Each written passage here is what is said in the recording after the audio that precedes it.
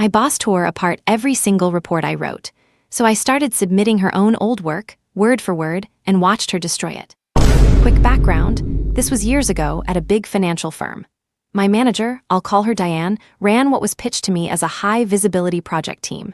In reality, she kept us in the dark and buried us in busy work. Every week I handed in a report, and every week she tore it apart, never the numbers. The numbers were always right. It was the formatting, the wording, the headings, pure nitpicking every single time.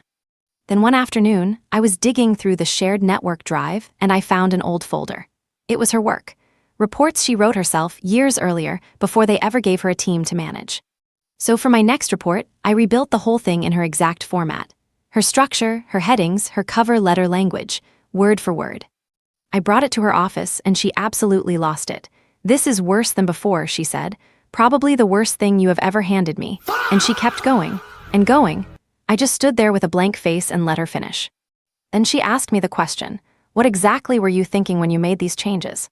So I told her. I said, "I used the exact formatting and the exact language you used when you wrote this same report a few years ago. I found the folder on the network. This is your work, word for word. I only changed the numbers." And then I handed her the printouts. She just stared at me, so I asked very politely, should I go back to my old format then? She signed off on the report. "Send it as is," she said. I asked her to confirm because 60 seconds earlier she told me it was unreadable. She said there was no time to redo it. I had already saved copies of everything. Good thing, because those folders quietly vanished off the network a few days later. I kept doing it for months. Her templates, her wording, and every time she hated it. Eventually she asked how I still had any of it.